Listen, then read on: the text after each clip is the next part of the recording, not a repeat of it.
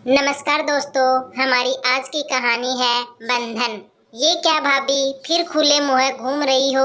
घर में बड़े बूढ़े हैं, कुछ तो लिहाज करो। देवर रंजीत की तेज आवाज सुनकर रूबी सहम सी गई। जी भैया। उसने जल्दी ही अपने सिर पर पल्लू ले लिया और बोली, भैया आदत नहीं है ना, इसलिए पल्लू बार बार फिसल जाता है। बाल भी सिल्की है ना, अगर पल्ला नहीं टिकता तो अपने सिर पर कील ठोक लो, रंजीत ने गुस्से और व्यंग्य से कहा। रूबी स्तब्ध सी खड़ी रह गई। वह एक आधुनिक एवं स्वतंत्र विचारधारा वाले परिवार में पली बड़ी थी। उसने कभी अपने घर में ऐसा देखा ही नहीं था, पर फिर भी नई नई शादी होने के कारण वह सब रीति रिवाज निभाए जा रही थी। रूबी की शादी को कुछ ही दिन हुए थे। वह अभी घर में सभी को समझने की कोशिश कर रही थी। अमोल से पहली ही मुलाकात में उसे प्यार हो गया और उसने शादी करने का निश्चय कर लिया था। सास ससुर, दादी सास, दादा ससुर, ननद और देवरों से भरा पूरा उसका ससुराल था। उसका देवर रंजीत उच्च शिक्षा प्राप्त, वैसे तो अपने आप को आधुनिक कहता था, पर था पूरी तरह रूढ़िवादी। हर बात पर रूबी को टोकता था। कभी कपड़ों पर ठीक से प्रेस नहीं की है तो कभी रोटी गोल नहीं बनाई, कभी सब्जी में मसाले की शिकायत तो कभी कुछ।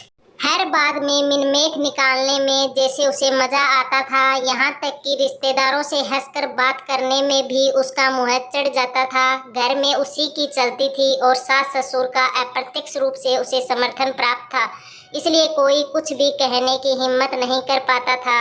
जब भी ऐसी किसी बात पर उसका चेहरा उतर जाता तो अमोल उसे देवर भाभी की हंसी मजाक कहकर हंसकर टालने को कह देते थे और कहते कि रंजीत भले ही थोड़ा गुस्से वाला है पर दिल का बहुत अच्छा है। दादा दादी रूबी से बहुत प्यार करते थे, पर वो भी अपने इस बिगड़ेल पोते से दुखी थे और चाहकर भी रूबी का पक्ष नहीं ले पाते थे। पर आज तो रंजीत के इस वाक्य ने सारी हदें ही पार कर दी थी। अगर यही बात उसने हंसकर कही होती तो शायद रूबी को इतना बुरा नहीं लगता। उसने कुछ ही दिनों में यह समझ लिया था कि घर में केवल रंजीत को ही उससे समस्या है, पर क्यों है ये कारण अभी तक समझ से बाहर था। रूबी की घुटन बढ़ती ही जा रही थी, पर अब उसको लगा कि अगर अभी उसने इसका सही जवाब नहीं दिया तो फिर कभी नहीं दे पाएगी। उसने धीरे धीरे रंजीत को नजरअंदाज करना शुरू कर दिया। पहले वह खुद दौड़कर उसके काम कर दिया करती, पर अब उसके कहने पर भी वह उसे अनसुना करने लगी। इससे रंजीत की चिढ़ और बढ़ने लगी। भाभी जरा मेरे शर्ट पर प्रेस कर दो, मुझे अभी बाहर जाना है। और ये क्या, फिर से सिर पर पल्लू नहीं लिया? जरा थोड़ी तो शर्म लिहाज करो, रंजीत ने उसकी ओर शर्ट फेंकते हुए कहा। रूबी खाना बना रही थी। उसने रंजीत की बात अनसुनी करके अपना काम जारी रखा और अपना पल्लू साइड से हटाकर कमर में कस लिया। क्यों भाभी, सुनाई नहीं दे रहा क्या? हाथ धो, पल्लू लो और पहले मेरी शर्ट में प्रेस कर दो, रंजीत ने तेज आवाज में कहा। रूबी ने उसकी बात पर ध्यान नहीं दिया और अपने काम में लगी रही। इतने में सासू माँ भी किचन में आ गई। बहरी हो गई क्या? कब से कह रहा हूँ, सुनाई नहीं दे रहा क्या तुम्हें? रंजीत गुस्से से चिल्लाया। ये क्या हो रहा है रंजीत, किस बात पर चिल्ला रहे हो और किस पर? घर में घुसते हुए अमोल ने सुन लिया और रंजीत को डांटा। आप मुझे क्या बोल रहे हो? भाभी को बोलो। मैं कब से एक शर्ट में प्रेस करने को बोल रहा हूँ, पर वह ध्यान ही नहीं दे रही है। कुछ जवाब भी नहीं दिया। रंजीत अभी भी गुस्से में था। क्यों, तुम अपनी शर्ट में खुद प्रेस नहीं कर सकते हो?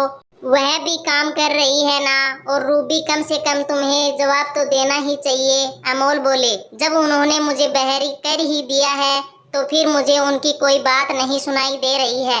अगर वह मुझसे तमीज से बात नहीं कर सकते हैं तो फिर मैं क्यों सुनूं? बड़ों की इज्जत व्यवहार और संस्कार से होती है, पल्लू से नहीं। उनकी ये दादागिरी अब मुझ पर नहीं चलेगी। मैं आपकी पत्नी हूँ, उनकी नौकरानी नहीं, रूबी ने सीधे सवर में जवाब दिया।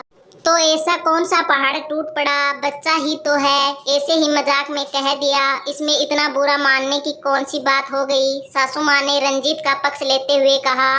नहीं माँ, ये अब कोई बच्चा नहीं रहा और देखा जाए तो उम्र में रूबी से बड़ा ही है। मैं भी अभी तक इसके व्यवहार को देवर भाभी के हंसी मजाक के रूप में ही लेता रहा, पर दिन इसका व्यवहार खराब ही होता जा रहा है। रंजीत, चलो माफी मांगो रूबी से और आइंदा तमीज से बात करना, बड़ी भाभी है तुम्हारी, अमोल ने गुस्से से कहा। रंजीत का सिर झुक गया और उसने रूबी से माफी मांग ली। रूबी को अमोल पर गर्व हुआ कि आज उन्होंने पत्नी के सम्मान की रक्षा की। उसे लगा आज उसे सच में आज़ादी मिली है, बेवजह के बंधनों से, पुराने ख्यालातों से। धन्यवाद दोस्तों। तो दोस्तों, हमारी आज की कहानी कैसी लगी? अगर कहानी पसंद आई है तो लाइक, कमेंट, शेयर और चैनल को सब्सक्राइब ज़रूर कर लीजिएगा।